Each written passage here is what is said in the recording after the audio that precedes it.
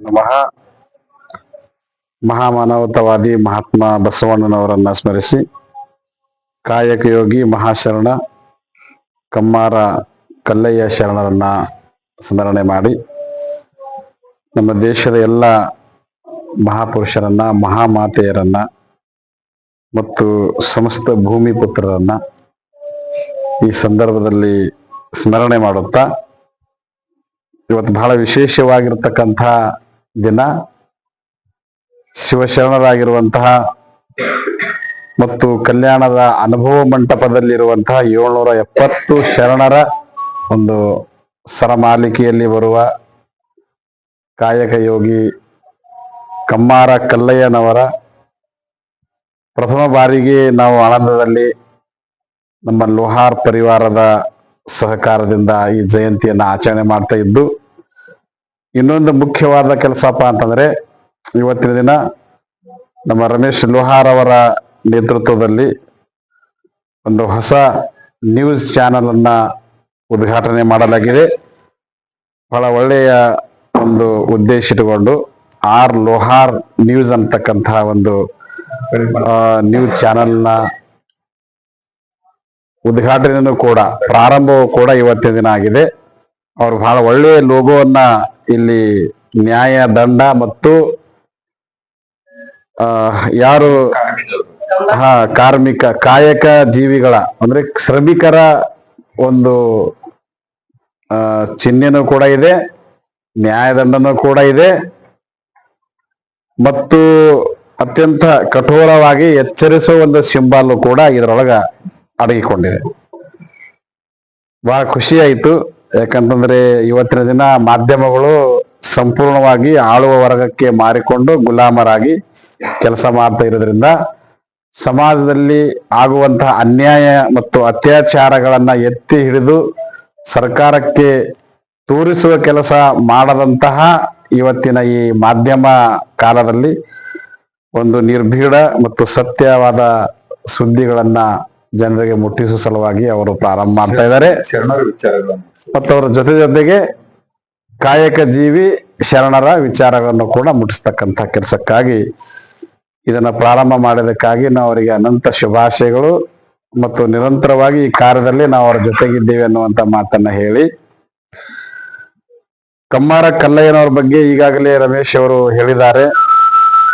ಕಮ್ಮಾರ ಕಲ್ಲಯ್ಯನವರು 12ನೇ ಶತಮಾನದ ಏನು ಬಸವಾದಿ ಶರಣರ ಅಂದ್ರೆ ಬಸವಣ್ಣನವರ ನೇತೃತ್ವದಲ್ಲಿ ನಡೆದಿರುವಂತ ಮಹಾನ್ ಕ್ರಾಂತಿ, ಅದರ ಮುಖ್ಯ ಉದ್ದೇಶನೇ ಇತ್ತು ಏನಂತಂದ್ರೆ ಇಲ್ಲೇನು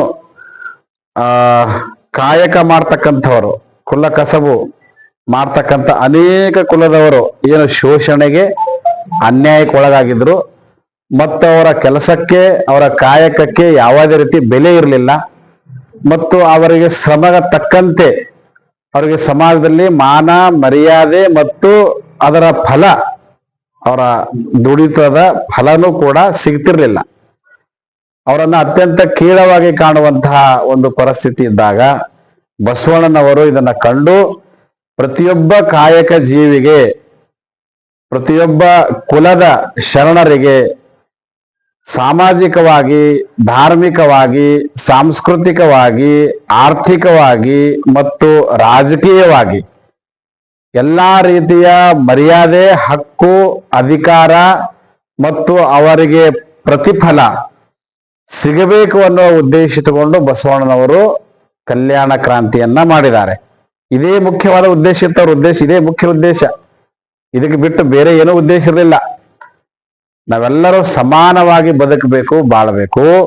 ಒಬ್ಬ ಸಾಮಾನ್ಯ ರಸ್ತೆ ಕಸಗೂಡಿಸುವರಿಂದ ಹಿಡ್ಕೊಂಡು, ಒಬ್ಬ ಚಪ್ಪಾಲ ಹೊಲಿಯುವನಿಂದ ಹಿಡ್ಕೊಂಡು, ಒಂದು ರಾಜ್ಯದ ಪ್ರಧಾನಮಂತ್ರಿ ಆಗಿ ರಾಷ್ಟ್ರಪತಿಯಾಗಿರುವನ ಕೂಡ ಸಮಾನವಾದವರು. ಅಂದ್ರೆ ಆ ಕಾಯಕ ಸಮಾನತೆ, ಎಲ್ಲರ ಕಾಯಕದಲ್ಲಿ ಭೇದ ಭಾವ ಇಲ್ಲ. ಇದೇನು ಚಾತುರ್ವರ್ಣ ಏನು ಭೇದ ಭಾವ ಮಾಡಿದ್ರು, ಕ್ಲಾಸ್ 1, ಕ್ಲಾಸ್ 2, ಕ್ಲಾಸ್ 3, ಕ್ಲಾಸ್ 4 ಈಗಲೂ ಕೂಡ ಸರ್ಕಾರಿ ಹುದ್ದೆಗಳು ಕೆಲಸಗಳು ಅದೇ ರೀತಿ ಇದಾವೆ.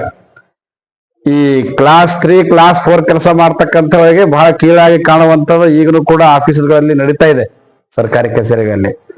ಇಂಥ ಭೇದ ಭಾವವನ್ನ ಹೊಡೆದು ಹಾಕಿ ನಾವೆಲ್ಲರೂ ನಿಸರ್ಗದಲ್ಲಿ ಆ ಭಗವಂತನ ದೃಷ್ಟಿಯಲ್ಲಿ ಸಮಾನರು ಅನ್ನುವಂತ ಉದ್ದೇಶಕ್ಕಾಗಿ ಬಸವನವರು ಕ್ರಾಂತಿ ಮಾಡಿದ್ದಾರೆ.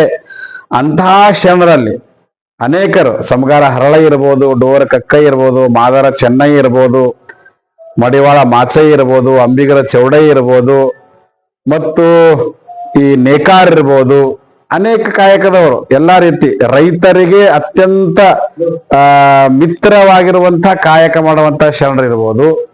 ಅಂತಹ ಶರಣರಲ್ಲಿ ಬಹಳ ಮುಖ್ಯವಾದ ಕಾಯಕ ಮಾಡುವಂತಹ ಶರಣರಪ್ಪ ಅಂತಂದ್ರೆ ನಮ್ಮ ಕಮ್ಮಾರ ಕಾಯಕದ ಕಲ್ಲೆಯ ಶರಣರಿದ್ದಾರೆ, ಬಾಚಿ ಕಾಯಕದ ಬಸಪ್ಪರಿದ್ದಾರೆ, ಮತ್ತು ಹಾವಿನಾಳ ಕಲ್ಲಯ್ಯ ಅಂತೇಳಿ ಅಕ್ಕಸಾಲಿಗ ಕಾಯಕ ಮಾಡ್ತಕ್ಕಂಥ ಹಾವಿನಾಳ ಕಲ್ಲಯ್ಯ ಇದ್ದಾರೆ, ಕುರುಬ ಗೊಲ್ಲಾಳೇಸಿ ಇದ್ದಾರೆ. ಹೀಗೆ ಅನೇಕ ಶರಣರಾಗಿದ್ದಾರೆ. ಅದರಲ್ಲಿ ನಮ್ಮ ಕಮ್ಮಾರ ಕಲ್ಲಯ್ಯ ಶರಣರು ಬಹಳ ಶ್ರೇಷ್ಠವಾಗಿರ್ತಕ್ಕಂಥವ್ರು.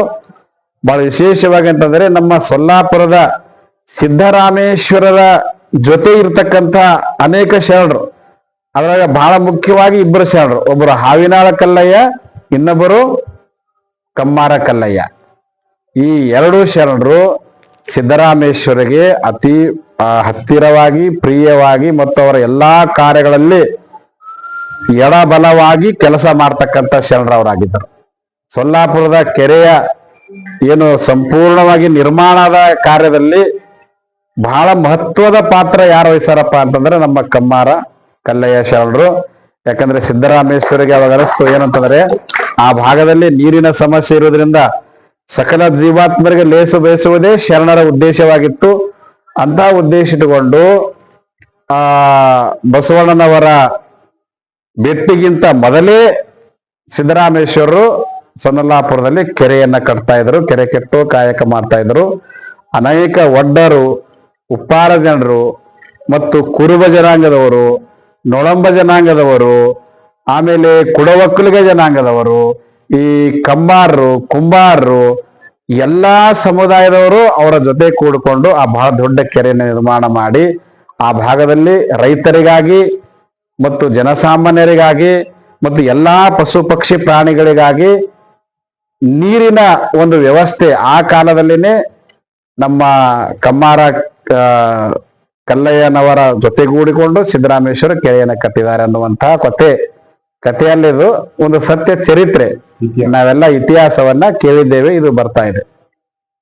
ಅಲ್ಲಿಂದ ಮುಂದೆ ಸಿದ್ದರಾಮೇಶ್ವರನ್ನ ಭೇಟಿಗೆ ಬಂದಿರುವಂತಹ ಅಲ್ಲಮ ಪ್ರಭುಗಳು ಹೇಗೆ ಅವರನ್ನ ಮನಪರಿವರ್ತನೆ ಮಾಡಿದರು, ಹೇಗೆ ಅವರನ್ನ ಈ ಶರಣ ತತ್ವಗಳ ಬೋಧೆಯನ್ನು ಮಾಡಿ ಈ ಸಿದ್ದರಾಮೇಶ್ವರರು ಮತ್ತು ಕಲ್ಲಯ್ಯನವರಿಗೆ, ಹಾವಿನಾಳ ಕಲ್ಲಯ್ಯ, ಕಮ್ಮಾರ ಕಲ್ಲಯ್ಯನವರಿಗೆ ಎಲ್ಲರನ್ನ ಕರೆದುಕೊಂಡು ಕಲ್ಯಾಣಕ್ಕೆ ಹೋಗಿ ಅನುಭವ ಮಂಟಪದಲ್ಲಿ ಎಲ್ಲಾ ಶರಣರೊಡನೆ ಕೂಡಿಕೊಂಡು ಅನುಭವದಿಂದ ವಚನಗಳನ್ನು ರಚನೆ ಮಾಡಿದ್ರು ಅನ್ನುವಂಥ ಚರಿತ್ರೆಯನ್ನ ಇತಿಹಾಸದಲ್ಲಿ ನಾವು ನೋಡ್ತಾ ಇದ್ದೇವೆ ಬಂಧುಗಳೇ.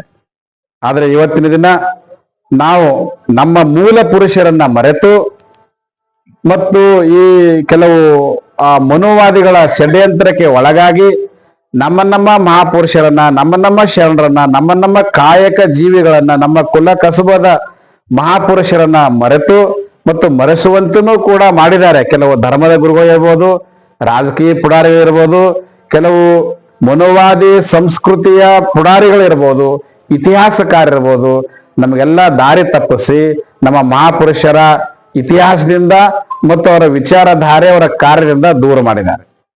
ಅದಕ್ಕೆ ಕರ್ನಾಟಕದಲ್ಲಿ ಬಹಳ ದೊಡ್ಡ ಉದಾಹರಣೆ ಅಂತಂದ್ರೆ ಈಗಾಗಲೇ ನಮ್ಮ ರಮೇಶ್ ಲೋಹಾರ್ ಅವರು, ಪೂಜಾ ರಮೇಶ್ ಲೋಹಾರ್ ಅವರು, ಲೋಹಾರ್ ಪರಿವಾರ ಮತ್ತು ಕಮ್ಮಾರ ಸಮುದಾಯದವರನ್ನ ಕೂಡಿಕೊಂಡು ಕರ್ನಾಟಕ ಸರ್ಕಾರಕ್ಕೆ ಮನವಿಯನ್ನು ಕೂಡ ಮಾಡಿದ್ದಾರೆ.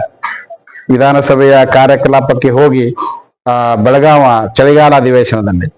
ಕಾರಣ ಏನಂತಂದ್ರೆ ವಿಶ್ವಕರ್ಮದ ಹೆಸರಲ್ಲಿ ಈ ನೆಲಮೂಲ ಸಂಸ್ಕೃತಿ ಇರುವಂತ ಅನೇಕ ಈ ಪಾಂಚಾಳ ಸಮುದಾಯದವರನ್ನ ಕಟ್ಕೊಂಡು ಏನು ಮಾಡಿದಾರಪ್ಪ ಅಂತಂದ್ರೆ ಅವರವರ ಮೂಲ ಸಂಸ್ಕೃತಿಯನ್ನ ಒತ್ತಟ್ಟಿಗಿಟ್ಟು ಅದರ ಆಚರಣೆ ಮಾಡಿಕೊಡದೆ ತಮ್ಮದೇ ಆಗಿರುವಂತ ಮನುವಾದ ವೈದಿಕ ಆಚರಣೆ ಒಳಗ ನಮ್ಮ ಭಾಗದ ಈ ಪಾಂಚಾಳ ಸಮಾಜರು ಇರ್ಬೋದು, ಕಮ್ಮಾರ್ ಇರ್ಬೋದು, ಅಥವಾ ಅಕ್ಕಸಾಲಿಗೆ ಇರ್ಬೋದು, ಮತ್ತು ಬೇರೆ ಬೇರೆ ಅಂದ್ರೆ ಸಮುದಾಯದವರು ಅಂದ್ರೆ ಕಲ್ಯಾಣ ನಾಡಿನ ಶರಣರ ಆ ಸಂಪ್ರದಾಯದೊಳಗೆ ಬಂದು ಅವರ ಕ್ರಾಂತಿ ಒಳಗೆ ಬಂದು ಆ ಧರ್ಮದೊಳಗೆ ಬಂದು ಲಿಂಗವನ್ನ ಕಟ್ಕೊಂಡು ವಿಭೂತಿಯನ್ನ ಧಾರಣೆ ಮಾಡ್ಕೊಳ್ತಕ್ಕಂಥವರಿಗೆ ಇವತ್ತು ಜನಿವಾರವನ್ನ ತೊಡಿಸಿ ಮತ್ತೆ ಅದೇ ವೈದಿಕ ಚಾತುರ್ವರ್ಣದಲ್ಲಿ ಸೇರಿಸುವಂತ ಒಂದು ಷಡ್ಯಂತ್ರ ಮಾಡಿದ್ದಾರೆ ಈಗಾಗಲೇ. ಅಲ್ಲದೆ ಮತ್ತು ಆ ಸಮುದಾಯದ ಒಂದು ನಿಗಮ ಮಂಡಳಿಯನ್ನ ಮಾಡಿಕೊಂಡು ಅದಕ್ಕೆ ಅಧ್ಯಕ್ಷರು ಕೂಡ ಮನುವಾದಿಗಳೇ ಆಗಿದ್ದಾರೆ. ಹೀಗಿರೋದ್ರಿಂದ ಈ ಕಾಯಕ ಶರಣರಲ್ಲಿ ಲಿಂಗಾಯತ ಮತ್ತು ಶಿವಮತದಲ್ಲಿ ಬರುವಂತಹ ಸಮಾಜಗಳನ್ನ ಇವತ್ತು ವೈದೀಕರಣಗೊಳಿಸುವ ವೈಷ್ಣವಿಸಂಕರಣಗೊಳಿಸುವಂತ ಪ್ರಯತ್ನ ಮಾಡೋದ್ರಿಂದ ನಿಮಗೆ ಸಿಗಬೇಕಾಗಿರುವಂತ ಸರ್ಕಾರದ ಹಕ್ಕುಗಳು ಸೌಲಭ್ಯಗಳಿಂದ ನೀವು ಮತ್ತೆ ವಂಚಿತರಾಗಿರಿ. ಯಾಕಂದ್ರೆ ನಿಮ್ಮ ನೇತೃತ್ವವನ್ನ ಮತ್ತೆ ಮನುವಾದಿಗಳನ್ನೇ ಕೈಯಲ್ಲಿ ಹಿಡ್ಕೊಂಡಿದ್ದಾರೆ. ಅದಕ್ಕಾಗಿ ಅದು ಆಗಬಾರದು. ನಮ್ಮ ಮೂಲ ಪುರುಷರ ಇತಿಹಾಸ ಚರಿತ್ರೆ ಅವರು ಕೊಟ್ಟಿರುವಂತ ದಾರಿ ಮಾರ್ಗದಲ್ಲಿ ನಾವು ನಡೆಯಬೇಕನ್ನೋ ಉದ್ದೇಶದಿಂದ ನಮ್ಮ ರಮೇಶ್ ಲೋಹಾರ್ ಅನ್ನುವಂಥವರು ಇತಿಹಾಸದ ಒಂದು ಅರಿವು ಇರ್ತಕ್ಕಂಥವ್ರು, ವಿಚಾರಧಾರೆಯ ಅರಿವು ಇರ್ತಕ್ಕಂಥವ್ರು ಕೂಡಿಕೊಂಡು ಈ ಕಮ್ಮಾರ ಕಲ್ಲಯ್ಯ ಶರಣರಾಗಲಿ, ಬಾಚಿ ಬಸಪ್ಪವರಾಗಲಿ ಮತ್ತು ನಮ್ಮ ಹಾವಿನಾಳ ಕಲ್ಲಯ್ಯರಾಗಲಿ ಇಂಥವರನ್ನ ಗುರುತಿಸಿಕೊಂಡು ಆಚರಣೆಗಳನ್ನ ಮಾಡ್ತಾ ಇದ್ದಾರೆ ಮತ್ತು ಜಯಂತಿಗಳನ್ನ ಕೂಡ ಶುರು ಮಾಡಿದ್ದಾರೆ. ಇದು ಬಹಳ ಖುಷಿ ಕೊಡುವಂತಹ ಮಾತಿದೆ. ಯಾಕಂದ್ರೆ ಮತ್ತೆ ನಮ್ಮ ಸಂಸ್ಕೃತಿಯನ್ನ ಎತ್ತಿ ಹಿಡುವಂತ ಒಂದು ಕಾರ್ಯ ಅವರು ಮಾಡ್ತಾ ಇದ್ದಾರೆ ಮತ್ತು ಸರ್ಕಾರವು ಕೂಡ ಇದನ್ನ ಗಣನೆಗೆ ತೆಗೆದುಕೊಂಡಿದೆ. ಇದು ಬಹಳ ಒಂದು ಹೆಮ್ಮೆ ಪಡುವಂತ ವಿಷಯ. ಇವತ್ತು ಮುಖ್ಯಮಂತ್ರಿಗಳೇ ಕಮ್ಮಾರ ಕಲ್ಲಯ್ಯನ ಜಯಂತಿಯ ಉತ್ಸವದ ಒಂದು ಘೋಷಣೆಯನ್ನ ಅವರು ಮಾಡಲಿದ್ದಾರೆ. ನಮ್ಮ ಲೋಹಾರ್ ಮತ್ತು ಕಂಬಾರ ಸಮಾಜದ ನಮ್ಮ ರಮೇಶ್ ಹಾಗೂ ಅವರ ಪರಿವಾರದವರೆಲ್ಲರೂ ಕೂಡಿ ಮಾಡಿರುವಂತ ಪ್ರಯತ್ನದಿಂದ. ಅದಕ್ಕಾಗಿ ಯಾರಾದ್ರೂ ಮುಂದೆ ಬರಬೇಕೇ ಆಗ್ತದ, ಧ್ವನಿ ಎತ್ತಬೇಕಾಗ್ತದ. ಆ ಧ್ವನಿಗೆ ನಾವೆಲ್ಲರೂ ಧ್ವನಿಗೂಡಿಸ್ಬೇಕಾಗ್ತದ. ಅಂತ ಕಾರ್ಯ ಕರ್ನಾಟಕದಲ್ಲಿ ಶುರು ಮಾಡಿದ್ದಾರೆ. ನಾವೆಲ್ಲರೂ ಕೂಡಿ ಈ ಒಂದು ಕಾರ್ಯಕ್ಕೆ ಸಹಕಾರಿಗಳಾಗೋಣ. ಮತ್ತು ನಮ್ಮ ಸಂಸ್ಕೃತಿ ಬಹಳ ಮುಖ್ಯ. ಸಂಸ್ಕೃತಿ, ಧರ್ಮ, ಆಚಾರ, ವಿಚಾರ ಬಹಳ ಮುಖ್ಯದ. ನಾವು ಲಿಂಗ, ವಿಭೂತಿ, ರುದ್ರಾಕ್ಷಿಗಳನ್ನ ಮತ್ತು ಶರಣರ ವಚನಗಳನ್ನ ಮರ್ತೀವಿ ಅಂತಂದ್ರ ಮತ್ತೆ ನಾವು ಚಾತುರ್ವರ್ಣದ ಗುಲಾಮರಾಗಬೇಕಾಗ್ತದೆ. ಹಂಗ ಆಗಬಾರ್ದು ಅನ್ನೋ ಉದ್ದೇಶದಿಂದ ನಾವೆಲ್ಲರೂ ಕೂಡಿ ಪ್ರಯತ್ನವನ್ನ ಮಾಡೋಣ. ಮತ್ತು ಈ ಪ್ರಯತ್ನಕ್ಕೆ ಅನೇಕರು ನಮ್ಮ ಬೌದ್ಧ ಧರ್ಮೀಯರಾಗಿರ್ತಕ್ಕಂಥ ನಮ್ಮ ಬಂತಿಯವರಾಗಿರ್ಬೋದು, ಕಮ್ಮಾರದ ಕುಲಗುರುಗಳಂತಾಗಿದ್ದಾರೆ ಅವರಿರ್ಬೋದು, ನಾಗಲಿಂಗ ಸ್ವಾಮೀಜಿಗಳಾಗಿರ್ಬೋದು. ಈಗ ನಾನಂತೂ ಸಂಪೂರ್ಣವಾಗಿ ಲಿಂಗಾಯತರಲ್ಲಿ ಬರುವಂತ ಎಲ್ಲಾ ಒಳಪಂಗಡಗಳ ಅವರಿಗೆ ನ್ಯಾಯ ಸಿಗಬೇಕು ಮತ್ತು ಈ ನೆಲ ಮೂಲದ ಎಲ್ಲಾ ಧರ್ಮಗಳು ಈ ಸಮಾನತೆ ಸಾರುವಂತ ಬೌದ್ಧ ಧರ್ಮ ಇರ್ಬೋದು, ಸಿಖ್ ಧರ್ಮ ಇರ್ಬೋದು, ಜೈನ ಧರ್ಮ ಇರ್ಬೋದು, ಆಮೇಲೆ ಮುಸ್ಲಿಂ ಇರ್ಬೋದು ಅಥವಾ ಕ್ರಿಶ್ಚಿಯನ್ ಇರ್ಬೋದು, ಆಮೇಲೆ ಹಿಂದೂ ಧರ್ಮದಲ್ಲಿ ಬರುವಂತ ಅನೇಕ ಸಂತರಿರ್ಬೋದು, ಸಮಾನತೆ ಸಾರುವ ಅವರೆಲ್ಲರನ್ನ ಅದೇ ಬಹುತ್ವ ಭಾರತ ಇದೆ. ಯಾವ ಭಾರತ? ಬಹು ಸಂಸ್ಕೃತಿಗಳ, ಬಹು ಸಂಪ್ರದಾಯಗಳ ಬಹುತ್ವದ ಭಾರತ ಅಂತ ಕರೀತಾರೆ. ಇದು ಏಕತ್ವ, ಬಹುತ್ವದಲ್ಲಿ ಏಕತ್ವ ಇದೆ. ಆದ್ರೆ ಎಲ್ಲವನ್ನ ನಾಶ ಮಾಡಿ ಒಂದೇ ಧರ್ಮ, ಒಂದೇ ಧರ್ಮದ ದೇವರು, ಒಂದೇ ಜಾತಿ ಅಂತ ಏನೇನೋ ಮಾಡ್ತಾ ಇದ್ದಾರೆ. ಅದು ಆಗಲಾರ್ದೇನೆ ನಾವೆಲ್ಲರೂ ಭಾರತೀಯರು. ಮೊಟ್ಟ ಮೊದಲನೇ ಯಾವ ಭಾವನೆ ಇರಬೇಕು ನಮ್ಗ? ಭಾರತೀಯರು. ಇಲ್ಲಿ ಬಹಳ ಮೂರು ಮುಖ್ಯ ಮಾತುಗಳದ. ನಾ ಎಲ್ಲಿ ಹೇಳಿ ನಿಮ್ಗೆ ಹೇಳ್ತಾ ಇದ್ದೀನಿ. ಏನಪ್ಪಾ ಅಂದ್ರೆ ಒಂದು ಹಿಂದೂ, ಇನ್ನೊಂದು ಹಿಂದುತ್ವ, ಮತ್ತೊಂದು ಭಾರತೀಯತ್ವ. ಈ ಮೂರು ಮಾತು ನೆನಪಿಟ್ಕೋರಿ. ನಾವೆಲ್ಲರೂ ಭೌಗೋಳಿಕವಾಗಿ ಏನಿದ್ದೀವಿ? ಭೌಗೋಳಿಕ ಒಂದು ಹೆಸರು ಏನದ ಇದಕ್ಕ? ಹಿಂದೂ ಅಂತ ಹೇಳ್ತಾರ ಇತಿಹಾಸದಾಗ. ಅದನ್ನು ನಾವು ಒಪ್ಕೊಳ್ಳೋಣ ಒಂದಿಷ್ಟು ಸಮಯಕ್ಕಾಗಿ. ಎರಡನೇದು, ಮೊದಲನೇದು ಹಿಂದೂ, ಆಮೇಲೆ ಎರಡನೇದು ಹಿಂದುತ್ವ. ಹಿಂದುತ್ವ ಅಂದ್ರೆ ಏನು? ಈ ಬಹುತ್ವವನ್ನ ದ್ವೇಷ ಮಾಡುವುದೇ ಹಿಂದುತ್ವ. ಅನೇಕ ಸಂಸ್ಕೃತಿಗಳನ್ನ ಮುಚ್ಚಿ ಹಾಕಿ ಕೇವಲ ಹಿಂದುತ್ವದ ಅಡಿಯಲ್ಲಿ ತಂದು ನಮ್ಮ ದೇಶದ ಈ ಬಹು ಸಂಸ್ಕೃತಿಯನ್ನ ನಾಶ ಮಾಡೋ ಹುನ್ನಾರ, ಅಥವಾ ವಿಶೇಷವಾದ ಒಂದು ಧರ್ಮಕ್ಕೆ ನಾವು ಅಪೋಸ ಮಾಡ್ತಕ್ಕಂಥದ್ದು, ಒಂದು ಜಾತಿಗೆ ವಿರುದ್ಧ ಆಗ್ತಕ್ಕಂಥದ್ದು, ಅಥವಾ ಒಂದು ಭಾಷೆ, ಒಂದು ದೇಶಕ್ಕೆ ವಿರೋಧ ಮಾಡ್ತಕ್ಕಂಥದ್ದೇನು ದ್ವೇಷ ಭಾವನೆ ಬಿಡ್ತಾ ಇದಾರಲ್ಲ, ಅದು ಹಿಂದುತ್ವ. ದ್ವೇಷ ತುಂಬದು ಹಿಂದುತ್ವ. ಅದನ್ನ ನಾವು ನಮ್ಮದಾಗಿಸ್ಕೊಳ್ಬಾರ್ದು. ನಾವು ಭೌಗೋಳಿಕವಾಗಿ ಹಿಂದೂಗಳಂತ ಒಪ್ಕೊಳ್ಳೋಣ, ಆದ್ರೆ ಹಿಂದುತ್ವದ ದ್ವೇಷ ನಮ್ಮೊಳಗೆ ಹಾಕೊಳ್ಳೋದು ಬೇಡ. ಇನ್ನು ಮೂರನೇದು ಭಾರತೀಯತ್ವ. ಅವರು ಯಾರೇ ಇರ್ಲಿ, ಈ ದೇಶದ ಎಲ್ಲಾ ಜಾತಿದವರು, ಎಲ್ಲಾ ಧರ್ಮದವರು ನಾವು ಮೊದಲೇನಿದ್ದೀವಿ? ಭಾರತೀಯರಿದ್ದೀವಿ. ಇದು ಭಾರತೀಯತ್ವ ಅನ್ನೋದು ಬಹಳ ಮುಖ್ಯದ. ಇಂತಹ ಒಂದು ವಿಚಾರ ಇಟ್ಕೊಂಡು ಈ ಎಲ್ಲಾ ಕಾರ್ಯಗಳು ನಡೀತಾ ಇದ್ದಾವೆ. ಅದಕ್ಕೆ ನಾವೆಲ್ಲ ಅದಕ್ಕೆ ಸಹಕರಿಸೋಣ ಅನ್ನುವಂತ ಮಾತನ್ನ ಹೇಳಿ, ನಮ್ಮ ಕಂಬಾರ ಕಲ್ಲಯ್ಯ ಶರಣರ ಇತಿಹಾಸ ಈಗಾಗಲೇ ಹೊರಗೆ ಬಂದಿದೆ. ಅವರ ವಚನಗಳ ಒಂದು ಶೋಧನಾ ಕಾರ್ಯವು ಕೂಡ ಅವರ ನಡೀತಾ ಇದೆ. ಅದಕ್ಕೆ ಪ್ರತಿಯೊಬ್ಬ ಕಮ್ಮಾರ ಸಮಾಜದವರು, ಲಿಂಗಾಯತ ಕಮ್ಮಾರ ಅನ್ಸ್ಕೊಳ್ತಕ್ಕಂಥವ್ರು ಕಮ್ಮಾರ ಅವರ ಚರಿತ್ರೆ ಮತ್ತು ಅವರ ಭಾವಚಿತ್ರ ಪ್ರತಿಯೊಬ್ಬರ ಮನೆಯೊಳಗ ಇರಬೇಕು ಅನ್ನುವಂತ ಮಾತನ್ನ ಹೇಳಿ, ಜೊತೆಗೆ ಇವರೆಲ್ಲರನ್ನ ಒಗ್ಗೂಡಿಸಿರುವಂತ ಧರ್ಮಗುರು ಬಸವಣ್ಣನವರ ಕೂಡ ಭಾವಚಿತ್ರ ಮತ್ತು ಅವರ ವಿಚಾರಗಳು, ವಚನಗಳು ನಮ್ಮ ಮನೆಯಲ್ಲಿ ಇರಲಿ ಅನ್ನುವಂತ ಮಾತನ್ನು ಹೇಳಿ, ಈ ಒಂದು ನಿಟ್ಟಿನಲ್ಲಿ ನಮ್ಮ ರಮೇಶ್ ಲೋಹಾರ್ ಅವರು ಮತ್ತು ಪೂಜಾ ರಮೇಶ್ ಲೋಹಾರ್ ಅವರು ನಿರಂತರ ಪ್ರಯತ್ನ ಮಾಡ್ತಾ ಇದ್ದಾರೆ. ಅವರ ಪ್ರಯತ್ನಕ್ಕೆ ಯಶಸ್ಸು ಬರಲಿ ಎನ್ನುವಂತ ಮಾತನ್ನ ಹೇಳಿ, ಆ ಕಮ್ಮಾರ ಕಲ್ಲೆಯ ಗುರು ಬಸವಣ್ಣನವರಲ್ಲಿ ಸದಾಕಾಲ ಪ್ರಾರ್ಥಿಸಿ ನಿಮ್ಮೆಲ್ಲರಿಗೂ ಸನ್ಮಂಗಲ ಉಂಟು ಮಾಡಲಿ ಎನ್ನುವಂತ ಮಾತನ್ನು ಹೇಳಿ ನನ್ನ ಮಾತು ಮುಗಿಸ್ತಾ ಇದ್ದೇನೆ. ಎಲ್ಲರಿಗೂ ಶರಣಾರ್ಥಿ. ಕಮ್ಮಾರ ಕಲ್ಲಯ್ಯ ಜಯಂತಿಗೆ ಬಂದು ಬಸವಾದಿ ಶರಣರ ಕಲ್ಲಯ್ಯನವರ ಜೀವನಧಾರೆ, ಅವರು ಬಂದು ನಡೆದುಕೊಂಡು ಬಂದಂತ ದಾರಿ, ಅವರು ಬದುಕಿದಂತ ಒಂದು ವಿಚಾರ, ಇವೆಲ್ಲವನ್ನು ಸವಿಸ್ತಾರವಾಗಿ ಹೇಳುವ ಮೂಲಕ ಇವತ್ತು ನಾವು ಪ್ರಾರಂಭಿಸಿರ್ತಕ್ಕಂಥ ಆರ್ ಲೋಹಾರ್ ನ್ಯೂಸ್ ಚಾನೆಲ್ಗೆ ಶುಭ ಕೋರಿದಂತ ಪರಮ ಪೂಜ್ಯ ಪೂರ್ಣೇಶ್ವರ ಅಪ್ಪಾಜಿಯವರಿಗೆ ತುಂಬ ಹೃದಯದ ಧನ್ಯವಾದಗಳನ್ನು ಹೇಳುತ್ತಾ, ಇವತ್ತಿನ ನಮ್ಮೆಲ್ಲರ ಕರೆಗೆ ತಾವು ಒಪ್ಪಟ್ಟು ಬಂದಿದ್ದೀರಿ. ಆ ಕಾರಣಕ್ಕಾಗಿ ತಮಗೂ ಕೂಡ ಧನ್ಯವಾದಗಳನ್ನು ಹೇಳುತ್ತಾ, ಈ ಕಾರ್ಯಕ್ರಮ ಇದು ಪ್ರಾರಂಭ ಆಗಿದೆ ಅಂತ ಅನ್ಕೋತೀನಿ. ಇದು ಕೊನೆಯಲ್ಲ. ಇನ್ನು ಮುಂದೆ ನಿರಂತರವಾಗಿ ಎಲ್ಲ ಶರಣರ ಜಯಂತಿಗಳನ್ನು ನೀವೆಲ್ಲ ಸೇರಿ ಮಾಡೋಣ ಅಂತಕ್ಕಂಥ ಮಾತನ್ನು ಹೇಳಿ ನಮ್ಮ ಕರೆಗೆ ಹೋಗ್ಬಿಟ್ಟು ಬಂದಂತ ಎಲ್ಲರಿಗೂ ಧನ್ಯವಾದ.